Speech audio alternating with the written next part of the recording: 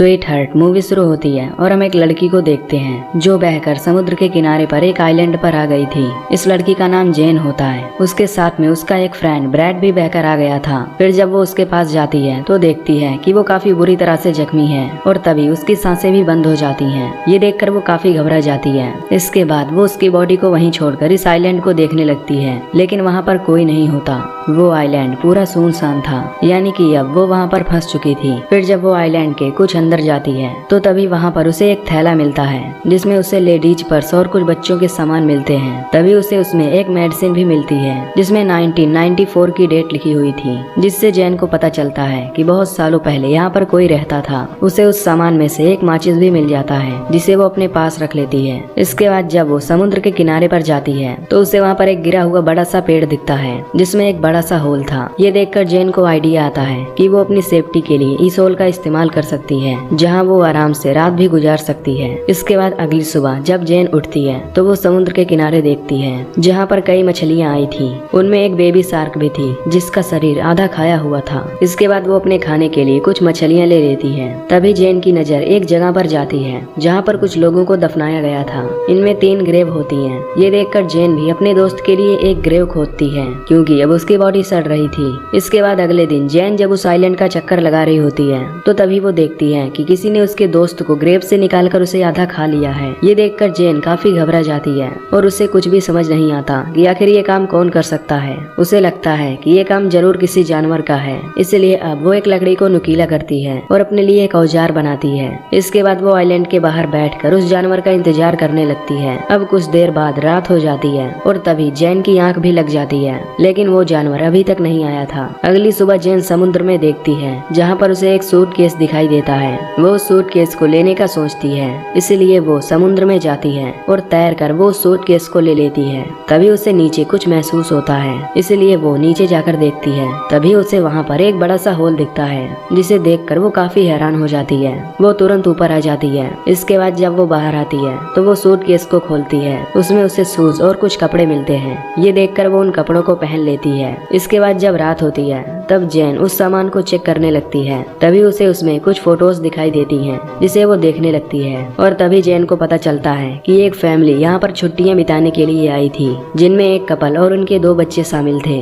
तभी जैन के ऊपर से एक प्लेन गुजरता है। ये देखकर जैन फौरन फ्लेयर गन चलाती है, लेकिन इसका कोई फायदा नहीं होता क्योंकि वो प्लेन तब तक जा चुका था। तभी जैन देखती है कि फ्लेयर गन की बुलेट नीचे आ रही है। फिर वो बुलेट जैसे ही नीचे गिरती है तो तभी उसे वहाँ पर एक क्रिएचर दिखाई देता है। ये देखकर वो काफी घबरा जाती है और आइलैंड की तरफ भागने लगती है। वो वहीं एक जगह जाकर छिप जाती है। तभी वो क्रिएचर वहाँ आकर उसे ढूंढने लगता है, जिससे जैन अब और भी ज्यादा डर जाती है और आज रात ऐसे ही बीत जाती है। अगली सुबह जैन फिर से उन्हीं तस्वीरों को देखती है। तभी वो एक फोटो के पीछे 2 चमकती हुई आंखों को नोटिस करती है, जिससे वो समझ जाती है कि ये वही क्रिएचर है जिसे उसने कल देखा था और शायद इसी ने उस फैमिली को मारा होगा। ये देखकर जैन अब इस आइलैंड से किसी तरह निकलना चाहती थी क्योंकि अब उसे काफी डर लगने लगा था। इसके बाद वो सूटकेस को खोलती है और उसमें एक लाइफ जैकेट डाल देती है ताकि वो उससे तैरकर यहाँ से निकल पाए। इसके बाद वो सूटकेस में बैठकर वहाँ से निकलने की कोशिश करती है, लेकिन तभी वो सूटकेस पलट जाता है, जिससे अब उसका ये प्लान भी फेल हो जाता है। अब फिर से वो उसी आइलैंड में आ जाती है,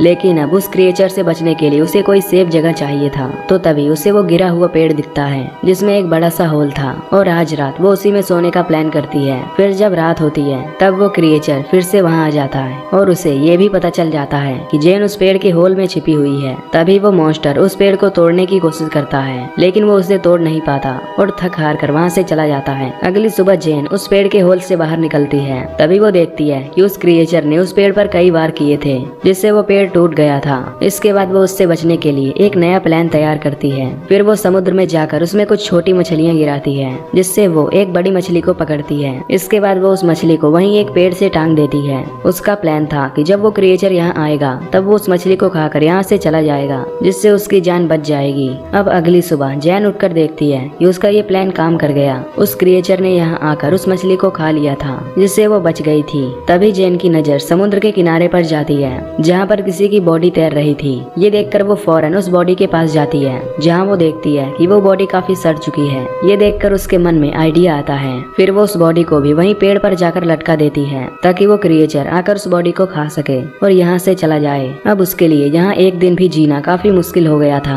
आज रात के लिए उसने अपने लिए एक गड्ढा बनाया होता है जिसमें जाकर वो छुप जाती है और उस क्रिएचर के आने का वेट करने लगती है। फिर जब रात होती है तो तभी वो क्रिएचर वहाँ पर आता है। जैन उस क्रिएचर को पहली बार देखती है। वो उसे देखकर काफी डर जाती है। तभी वो क्रिएचर उस बॉडी को खा जाता है। तभी जैन को अपने ऊपर से कुछ आवाजें आती हैं, इसलिए वो जैसे ही ऊपर देखने के लिए उठती है तो तभी उसे उस क्रिएचर के पैर दिखाई देते हैं। ये देखकर जैन काफी घबरा जाती है और खुद को शांत रखती है। अगली सुबह जैन जब उठती है तब वो अपने लिए एक सेफ जगह चाहती है। अब क्योंकि उसने उस क्रिएचर की हाइट देख ली थी तो वो अपने लिए एक झूला तैयार करती है ताकि वो क्रिएचर उस तक ना पहुंच सके। फिर वो उस झूले में जाकर छुप जाती है। अब जब रात होती है तब वो क्रिएचर फिर से यहाँ पर आता है, पर तभी उसे वहाँ जैन के होने का एहसास हो जाता है। तभी वो उस झूले वाले पेड़ को जोर जोर से हिलाने लगता है क्योंकि वो उस तक नहीं पहुँच सकता था। तभी वो झूला टूट जाता है जिससे जैन नीचे गिर जाती है। वो क्रिएचर जैन पर अटैक कर देता है जिससे जैन अपनी जान बचाकर वहाँ से भागने लगती है। तभी जैन देखती है कि वो क्रिएचर जमीन से ज्यादा तो उस पानी में दौड़ रहा है। तभी वो सुपर फास्ट स्पीड से जैन के सामने आकर खड़ा हो जाता है, पर तभी जैन अपने उस लकड़ी के औजार को उस क्रिएचर के पेट में घुसा देती है, लेकिन वो क्रिएचर जैन को उठाकर पानी में फेंक देता है। अब जैन किसी तरह खुद को संभालती है। तभी वो देखती है कि वो क्रिएचर अब वहाँ से जा चुका है। ये देखकर वो पानी से निकलती है और वहीं एक पेड़ पर जाकर चढ़ जाती है। इसके बाद अगली सुबह जैन जब उठती है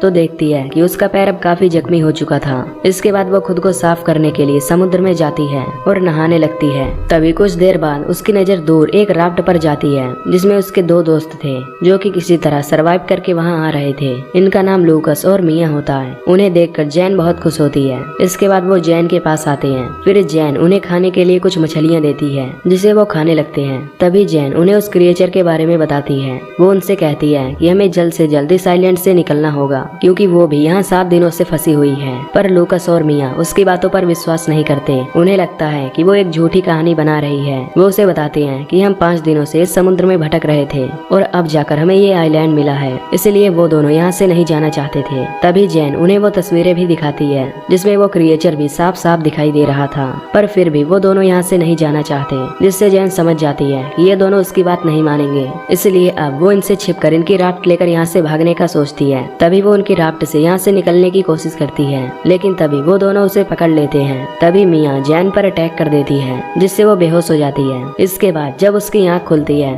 तब वो खुद को बंधा हुआ पाती है और अब रात भी हो चुकी थी। तभी वो लूकस को समझाकर खुद को खोलने के लिए कहती है, पर लूकस और मिया उसकी एक नहीं सुनते। इसके बाद मिया उस आइलैंड पर घूमने के लिए जाती है और लूकस वहीं जैन के पास से रुकता है। इधर जब मिया वॉक कर रही होती है तो तभी वो क्रिएचर पानी से निकलकर उस पर अटैक कर देता है। उसकी चिल्लाने की आवाज सुनकर लूकस तुरंत वहाँ पर जाता है। वो क्रिएचर मिया को पानी में खींच लेता है और उसे मार डालता है। ये देखकर लूकस बहुत डर जाता है। वो भागकर एक पेड़ पर चढ़ जाता है। अब सुबह हो जाती है, लेकिन लूकस अभी भी उस पेड़ से नहीं उतरता क्योंकि अब उसे जैन की बातों पर विश्वास हो गया था। ये देखकर जैन उसे समझाती है और बताती है कि वो क्रिएचर केवल रात में ही आता है। ये सुनकर लूकस की जान में जान आती है और वो उस पेड़ से नीचे उतरता है। इसके बाद जैन लूकस से कहती है कि हमें जल्द से जल्द इस आइलैंड से निकलना होगा। ये सुनकर अब लूकस भी तैयार हो जाता है, जिसके बाद ये अपने खाने के लिए कुछ मछलियाँ और कोकोनट भी ले लेते हैं। साथ ही वो उन सभी सामानों को लेते हैं जिससे वो ज्यादा से ज्यादा उस समुद्र में सरवाइव कर सके। फिर जैन अपनी फ्लेयर गन भी ले लेती है